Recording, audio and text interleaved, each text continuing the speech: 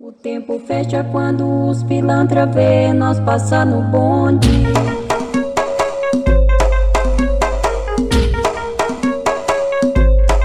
O tempo fecha quando os pilantra vê. Salve rapaziada, como é que vocês estão? Tudo certinho? Espero que sim. Bora continuar da sequência nos nossos estudos de cálculos químicos. Na aula passada a gente finalizou estudando, definindo a relação padrão, a relação fundamental, de que 1 mol sempre contém 6 vezes 10 a 23 partículas, pesa a massa molar, né, equivale à massa molar em gramas, e ocupa 22,4 litros de volume, se for um gás, nas condições normais de temperatura e pressão, certo? Para essa aula, eu gostaria de ajudar vocês a relembrar quando a gente quer saber um exemplo, né, usar um exemplo para ajudar vocês a lembrar como que a gente faz quando a gente quer determinar alguma coisa relacionada aos átomos que estão dentro de uma molécula ou de um agregado, se você preferir chamar assim, certo? Então eu trouxe esse exemplo aqui para ajudar vocês a lembrar como que a gente faz nesses casos. Tem vários exercícios e situações do estudo da química onde a gente tem uma determinada substância, mas o que interessa nessa substância é um dos elementos químicos que está lá dentro, ou então é um dos íons que está lá na composição química dessa substância, né? Então daí a gente tem que fazer uma análise um pouquinho mais, uma análise, tem que fazer um cálculo diferenciado aqui. Então eu peguei esse exercício 6 da apostila como exemplo.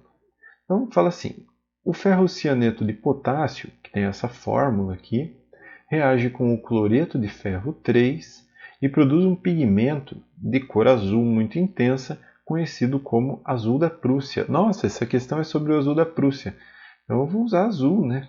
Pô, nada mais justo. Pode-se afirmar corretamente que 184,1 gramas de ferrocianeto de potássio contém. Observe que nas alternativas a gente tem quantidade de carbono, quantidade de íon férrico, que seria o íon ferro mais 3, né? Deixa eu anotar aqui. Opa.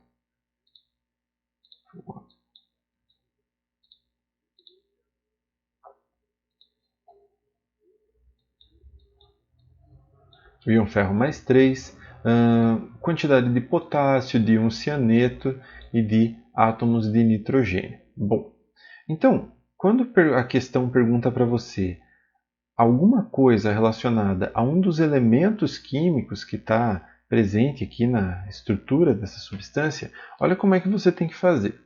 Escreva a fórmula da substância aqui do lado. Ó. K4, Fe, oh, caramba,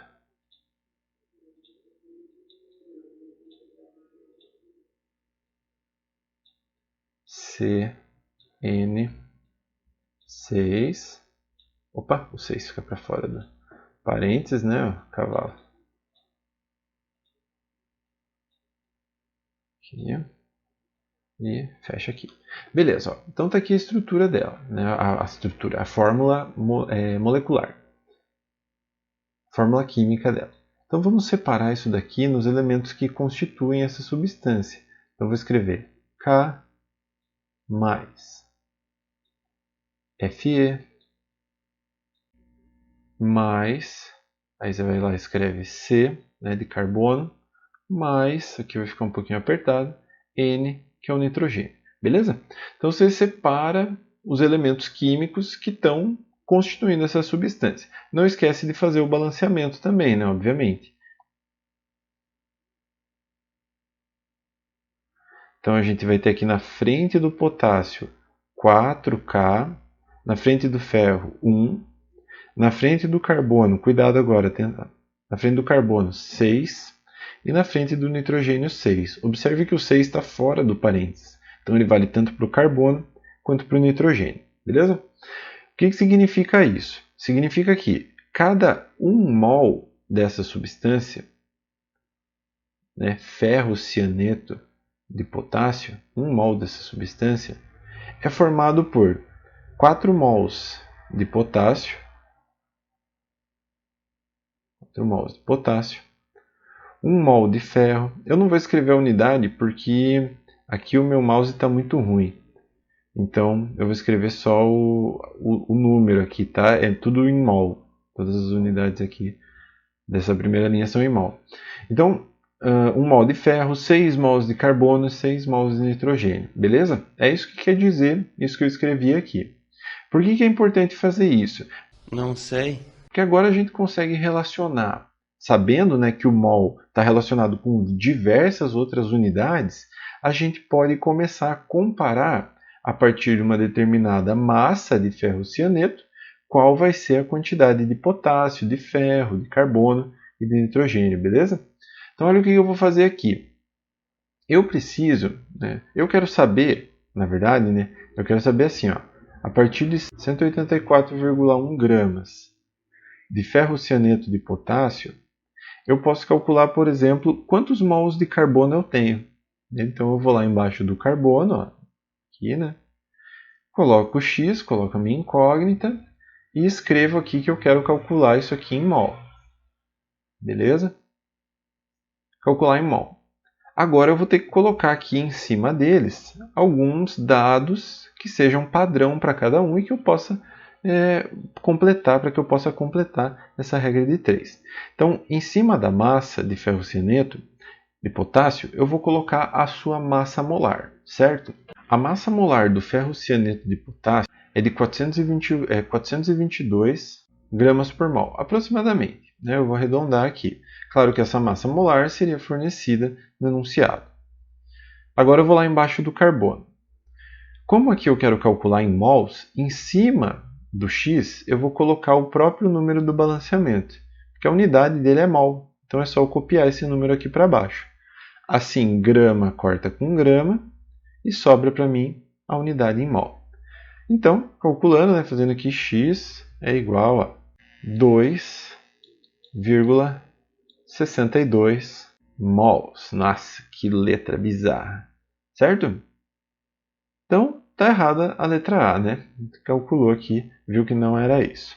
2 átomos de potássio. Galera, essa daqui não precisa nem calcular, né? Põe 184 gramas de alguma coisa. Cara, tem muito, mas muito mais do que 2 átomos. Ué. Agora vamos calcular as coisas para o nitrogênio. 184,1 gramas de ferrocianeto de potássio, eu quero saber quantos átomos de nitrogênio eu tenho. A unidade aqui é átomos. Beleza? Sendo assim, repare que aqui no ferrocianeto não muda nada. A única coisa que vai mudar é que aqui, como eu quero calcular o número de átomos, eu vou colocar 6 vezes 10 a 23 átomos de nitrogênio. Beleza? Átomos. Dá para entender que é átomos, né? Beleza? Porque eu quero que esteja na mesma unidade. Você precisa ficar atento, ficar atenta, é que o número 6 aqui, ó, também vai multiplicar a constante de Avogadro. Então, eu vou colocar uma seta aqui em cor diferente, vermelho, para ficar meio natalino. E vou baixar aqui, ó, vou colocar esse número 6 para multiplicar a constante de Avogadro, certo? Porque essa é a quantidade de átomos em 1 mol. Como aqui eu tenho 6 mols de nitrogênio, né? Tenho 6 mols de átomos, certo? E agora é só multiplicar cruzado, não tem erro. Vamos ver quanto que vai dar o nosso x. Aproximadamente 16 vezes 10 na 23 átomos. Eu vou abreviar para átomos, certo? 16, 10 a 23 átomos de nitrogênio, né? E não 6 vezes 10 a 23. Muito bem. Sendo assim, nenhuma das alternativas que envolve os elementos está correta. Né? Então agora a gente vai ter que analisar os íons. E aqui tem que tomar só um pouco de atenção para a gente relembrar como é que é o íon cianeto. Então eu vou apagar tudo mais uma vez. Bom, no caso do ferrocianeto de potássio, como o próprio nome dele está dizendo, ele é formado de cianeto, ele é formado de ferro, é formado de cianeto e é formado de potássio. Bom, Essa é uma substância iônica, portanto ela é formada por íons positivos interagindo com íons negativos por meio da ligação iônica. Quais são os íons positivos aqui? O K é na forma de K+, e também é formado de íons ferro mais 2. Beleza? Eu sei que é mais 2 porque aqui falou no nome ferrocianeto de potássio, então eu sei que esse ferro é mais 2. Se tivesse usado a expressão ferricianeto de potássio, aí o ferro seria mais 3. É o tipo de informação que só se você estudar química por vários anos, assim você vai decorar isso, tá? Entendeu? Mas aqui é assim, tá? Então ferrocianeto é mais 2, ferricianeto é mais 3. E por fim, ele é formado pelo íon cianeto, que é o Cn-1. Beleza? Show! Vamos balancear, né? Não pode esquecer do balanceamento. E agora está tudo certo. Sendo assim, eu concluo que 1 mol de ferrocianeto de potássio é composto por 4 mols de íons potássio, 1 mol de íons ferro mais 2, ou íons ferroso, e 6 mols de íons cianeto. Eu vou calcular qual que é a quantidade de íons cianeto, né? Então, vou calcular aqui, ó, X, e eu quero saber a unidade em íons, que estão presentes em 184,1 gramas dessa substância que é o ferrocianeto de potássio. Em cima eu vou colocar a massa molar, que eu já esqueci quanto que vale, então vou ter que pesquisar aqui de novo. 422 gramas, certo? Por mol, né? Gramas por mol. E eu vou lá embaixo do cianeto, e como eu quero calcular a quantidade de íons, eu vou colocar aqui a constante de Avogadro, 6 vezes 10 a 23. Nesse caso, a unidade é íon, porque o cianeto é um íon, né? E eu não posso esquecer de multiplicar essa constante pelo número aqui do balanceamento. Então, vou baixar ele de novo. Vai ficar aqui 6 vezes 6. Beleza? Sendo assim, agora é só calcular quanto que dá esse número. Fazendo a conta, vai dar aqui aproximadamente 15,7 vezes 10 na 23 íons cianeto, né? Então, como a letra D aqui falou, né? Está errada então a letra D. Sendo assim, só poderia ser a letra B. Entretanto, essa questão chama o íon ferro de íon férrico, certo? E nesse caso não é um íon férrico. Esse aqui é o íon ferroso, que é o íon ferro mais 2. Mas vamos calcular aqui e ver se dá 55,8. Beleza? Então agora eu quero calcular. Eu quero saber se em 184,1 gramas de ferrocianeto tem 55,8 gramas de íon ferro. Íon ferro, tá? Não me comprometo, ok? Para isso, eu preciso saber... burro. Aqui é o X, né? Aqui eu quero saber se é 55,8 mesmo. Então, eu venho aqui, coloco X. Eu quero calcular isso aqui em gramas. Muito bem. Para fazer isso, como eu quero calcular a massa de ferro, eu preciso colocar aqui em cima a massa molar dele. A massa molar do ferro é 56 gramas por mol, aproximadamente. Fazendo a multiplicação cruzada, 24,43 gramas. Ou seja, esse exercício não tem resposta. Tá tudo errado esse exercício, meu Deus. Que merda, hein? Enfim, não importa, né? Não importa as alternativas. A gente provou que tá tudo errado, né? E no final é isso que importa. Beleza? Mas o que importa aqui também é você lembrar como que você faz esse processo. Você viu como é que é, né? Você tem que desmembrar a molécula, separar os átomos, beleza? E daí vai fazendo de acordo com o que o exercício está pedindo. Pois bem, galera, a gente vai sempre usar então essa relação fundamental para resolver todos os exercícios e todas as questões de cálculo estequiométrico. Constante de Avogadro e volume molar. E lembrando que o coeficiente do balanceamento sempre vai indicar o número de mols de cada substância que participa da reação, reagentes ou produtos.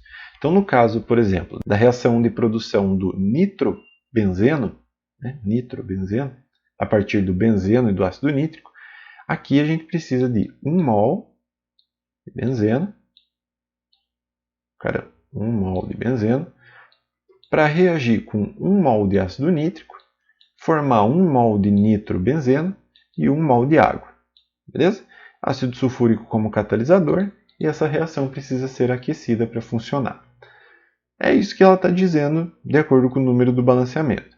A gente pode relacionar daí esse número de mols com massa, né, com o número de moléculas. Se a gente tivesse gases aqui, a gente podia relacionar com volume, né, nesse NTP, beleza? No caso da reação de síntese do alumínio, a partir da eletrólise do óxido de alumínio que está presente na bauxita, por exemplo, né, a gente tem várias reações, né? Uma reação que envolve os conceitos de eletroquímica, mas a reação nos diz que para cada 2 mols de óxido de alumínio são necessários 3 mols de carbono. Nesse processo podem ser formados 4 mols de alumínio e 3 mols de gás carbônico, certo? Então, pessoal, como vocês puderam observar, no primeiro exercício que eu fiz, e, claro, com a relação padrão, a relação fundamental que a gente tem, os exercícios de cálculo estequiométrico envolvem regra de 3, que é montada de um jeito assim bastante metódico, né? Eu sempre vou começar preenchendo a primeira linha dos meus cálculos, do meu raciocínio, com os coeficientes do balanceamento. É importante fazer isso para que você tenha uma ideia numericamente, assim você pelo menos visualize um número e imagine isso na sua cabeça, né? Não que seja fácil imaginar quantos são 6 vezes 10 a 23 moléculas, mas se você vê o número 1 na frente de um reagente e o número 2 na frente do outro, você sabe que um é o dobro do outro, né? Para uma certa quantidade de A, você precisa do dobro da quantidade de B, em mols, ou seja, em número de átomos, o número de moléculas, por exemplo. Beleza? Antes de preencher, daí, a partir da primeira linha, eu vou para a terceira linha, que é lá que eu coloco os dados do exercício. Né? A unidade aqui varia, né? Cada exercício fala uma unidade, né? Tem exercício que vai te fornecer dados de massa, tem exercício que vai te fornecer dados de mol, né? de número de átomos, né? Enfim, de volume. Então você precisa preencher aqui, né, certinho, né, a sua regra de 3. E daí você volta para a linha anterior, você vem preencher a segunda linha. Em cima desses números ou dessas incógnitas que você quer calcular, você coloca algum desses dados padrão que a gente revisou lá na relação fundamental. Massa molar, número do balanceamento, constante de Avogadro, volume molar. Depende. Qual desses dados que eu vou usar? Depende do exercício, né? Depende da unidade que o exercício está lidando. Se o exercício está lidando com massa, então você vai usar a massa molar. Se o exercício está lidando com número de mols, então você vai usar o coeficiente do balanceamento. Tudo depende. Beleza? Isso daqui é pá, cara, não tem erro, tá ligado? Não sei por que eu não entendia nada disso quando eu estava no ensino médio, velho. Para mim isso aqui não fazia o menor sentido. Mas agora faz. Que bom. Então, para exemplificar esse processo, eu separei esse exercício aqui, ó, da PUC Rio de Janeiro. Fala sobre o silicato de sódio, que é o Na2SiO3, que é utilizado na composição do cimento e pode ser obtido por meio de um processo de calcinação da sílica com carbonato de sódio. Sódio. A equação química balanceada que representa esse processo está mostrada aqui. Beleza, aqui é a equação química. Temperatura muito elevada. Considerando o rendimento 100%, a massa de Na2SiO3 formada por 9 kg de sílica foi de aproximadamente. Para resolver, primeiro eu vou observar o balanceamento. Né? Eu observo que está tudo certinho aqui, né? Então eu vou colocar o número 1 na frente de todo mundo. Né? Tem quantidades iguais de todos os átomos, né, em ambos os lados da reação. Legal. Agora eu vou escrever esses números do balanceamento aqui embaixo com a unidade mol do lado deles. Pode parecer meio repetitivo fazer essa primeira linha, né? Porque passando um tempo você começa a falar, ah, beleza, isso aqui eu já estou ligado, já estou ligada, né? Mas eu faço isso sempre para, né, questão didática.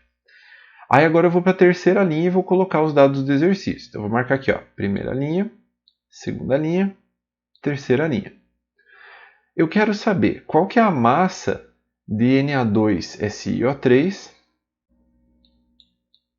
né? Então X.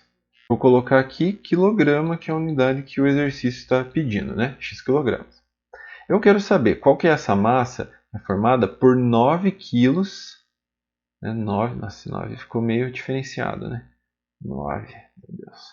9 quilos de sílica. Tá aqui, ó. Agora eu só preciso completar a segunda linha em cima desses números com dados com unidades semelhantes. Então, como aqui eu tenho massa de sílica, eu vou colocar a massa molar dela aqui em cima, 60 gramas. Observe que 1 vezes 60 gramas não faz sentido.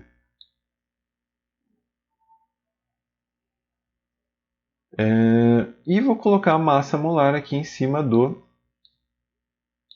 silicato de sódio, porque eu quero saber a massa dele. Então, vou colocar a massa molar, 122. E agora é só multiplicar cruzado. Vamos ver quanto que vai dar.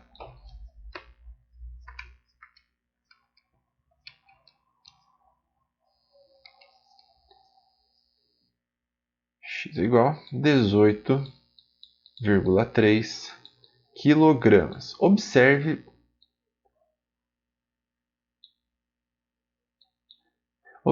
que eu só pude calcular em quilogramas aqui porque essa unidade, né, a massa de sílica, também foi me fornecida em quilogramas, certo?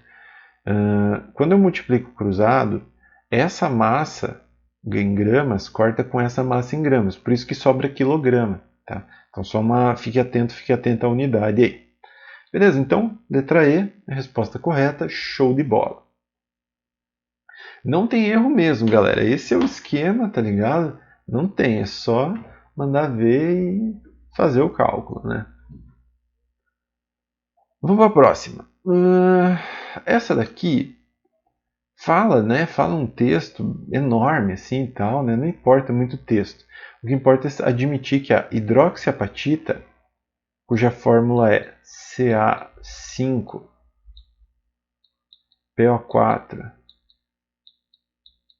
3OH, é o principal componente dos ossos. Não que não importe o texto, tá? Por favor. Né? Não quis me referir, descredibilizar o texto. Né? Mas para a questão, para a resolução não vai fazer diferença, né? Mas leia o texto se você quiser e tal, porque né, é importante. Né? Vamos lá. Eu sei que a hidroxiapatita é formada por quais íons? Pelo íon cálcio, 2+, pelo íon fosfato. O íon fosfato é PO4 e a carga dele é -3, importante lembrar dele. E uma hidroxila. Opa, hidroxila, então ele é uma base, certo? Muito bem. Ele tem características básicas. Beleza? Vamos lá. Ah, esqueci do balanceamento, né? 3PO4 e 1OH. Eu quero saber qual que é a massa desse sal que contém 1.200 miligramas de íons cálcio. Eu quero saber qual que é a massa de hidroxiapatita, né, que contém essa massa de íon cálcio. Observe que como a massa do íon cálcio está em miligrama, isso aqui vai me ser dado em miligramas. E em cima eu vou colocar as massas molares de cada substância, né, que foram fornecidas aqui no enunciado. A molar da hidroxiapatita é 502 gramas por mol. E a massa molar do cálcio é 40 gramas por mol. Como eu tenho 5 mols de cálcio, aqui vem 5, né, na frente. Olha só eu, né, falando de ser didático e tal, eu esqueci de preencher a primeira linha, né? Eu vou preencher aqui, né, só para não ser displicente. Então, 1 mol de hidroxiapatita contém 5 mols de cálcio, 3 mols de fosfato, mols, e 1 mol de hidroxilas, certo? Beleza. E agora é só multiplicar cruzado, galera. X é igual a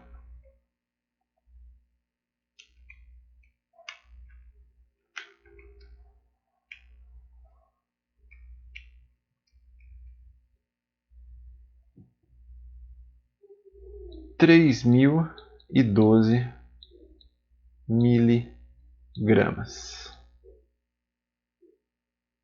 Resposta do exercício. Esse exercício envolve a reação química de enchimento do airbag. Tá? E a pergunta aqui é, considerando uma pastilha de 150 gramas de azida de sódio, qual é o volume aproximado de gás nitrogênio produzido nas condições ambientes? Tá? Então, claro, eu vou montar as 3 linhas aqui, né? Mas a partir da leitura, como a reação química já está aqui e ela já está balanceada, ó, eu já posso colocar esses dados do exercício aqui para agilizar o cálculo, né? Então, considerando uma pastilha com 150 gramas de azida de sódio, que é o NaN3, eu quero saber qual é o volume de gás nitrogênio que será obtido. Volume normalmente a gente calcula em litros, certo? Beleza, vou escrever a primeira linha, né? Tudo em mol, então 10 mols de azida, reage com 2 mols de KNO3, não vou escrever mol, tá? Porque meu mouse está muito ruim. Forma 1 mol de óxido de potássio, 5 mols de óxido de sódio e 16 mols de gás nitrogênio. Agora eu vou preencher aqui a segunda linha. Como eu tenho massa de azida, em cima dela eu vou colocar massa molar, que é 65 gramas por mol. Observe que eu baixo 10 para multiplicar. Por isso que eu escrevo a primeira linha, ó, que daí eu nunca vou esquecer de multiplicar aqui. E como eu quero saber volume de nitrogênio, eu vou colocar em cima dele o volume molar. Observe que essas são as condições ambientes de pressão. Então o volume molar é um pouquinho diferente, é 25 litros. Condição ambiente é diferente de condição normal de temperatura e pressão. E também eu vou vir aqui na frente do 25 litros e vou baixar o 16, que vai multiplicar o 25. Então vai ficar 16 que multiplica 25 litros. E agora é só multiplicar cruzado. Vamos ver quanto que vai dar. 92,3 litros. 92 litros de nitrogênio é o que é liberado quando ocorre uma fatalidade, né? E o airbag explode, né, cara? Explode assim, que não explode não, né? Não explode nada. O airbag incha, né? O airbag incha. O airbag infla, mano. Infla. Caramba, tá escrito aqui no texto, ó, infla, né? O airbag infla. Legal, né? Conseguimos calcular isso. Beleza? Bom, galera, então eu tinha preparado essa aula até reações consecutivas, tinha ido até o final do cálculo estequiométrico, mas me parece que a aula vai ficar bastante comprida desse jeito. Então eu prefiro encerrar por aqui e deixar para vocês pegarem esse tempinho aí, restinho de aula, para tentar esse último exercício que eu passei. Certo? Os capítulos da aula de hoje foram os capítulos 22 e 23, então se você quiser pode deixar separado essa parte da apostila para você estudar nessa semana, certo? É isso, cara, no mais vou ficando por aqui, daqui a pouco a gente se vê, valeu? É nóis, fui! Parece gostosa na garupa da CB.